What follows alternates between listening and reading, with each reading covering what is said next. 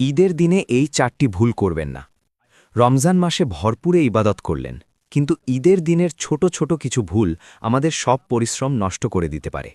কিন্তু সেই ভুলগুলো কি তা বলার আগে আপনি যদি সাওয়াবের নিয়তে ভিডিওটিতে লাইক দেন এবং কমেন্টে মাশাআল্লাহ লিখে যান, ইনশাআল্লাহ আপনিও সাওয়াব পাবেন। প্রথম ভুল, তাকবীর ভুলে যাওয়া। রসূলুল্লাহ সাল্লাল্লাহু আলাইহি ওয়াসাল্লাম ঈদের দিনে বেশি বেশি করে আল্লাহু আকবার পড়তে বলেছেন, কিন্তু আফসোস আজ অনেক মানুষ নতুন কাপড় আর আনন্দে ব্যস্ত হয়ে তাকবীর পড়তে ভুলে যায়। দ্বিতীয় ভুল, নামাজের আগে কিছু না খাওয়া। রসূলুল্লাহ সাল্লাল্লাহু আলাইহি ওয়াসাল্লাম ঈদুল ফিতরের দিন নামাজে যাওয়ার আগে খেজুর খেয়ে যেতেন, কিন্তু অনেক মানুষ এই সুন্দর সুন্নাত ভুলে যায়। তৃতীয় ভুল, ভুলভাবে ঈদের শুভেচ্ছা দেওয়া।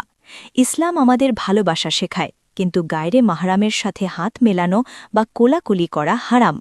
আজকাল অনেকেই খুশির মুহূর্তে এই ভুলটাকে ছোট মনে করে। চতুর্থ এবং শেষ ভুল, গরিবদের ভুলে যাওয়া।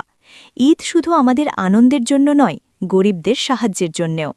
রসূলুল্লাহ সাল্লাল্লাহু আলাইহি ওয়াসাল্লাম বলেছেন ঈদের নামাজের আগে সাদাকাতুল ফিতর আদায় করতে, কিন্তু অনেক মানুষ এটাকে অবহেলা করে।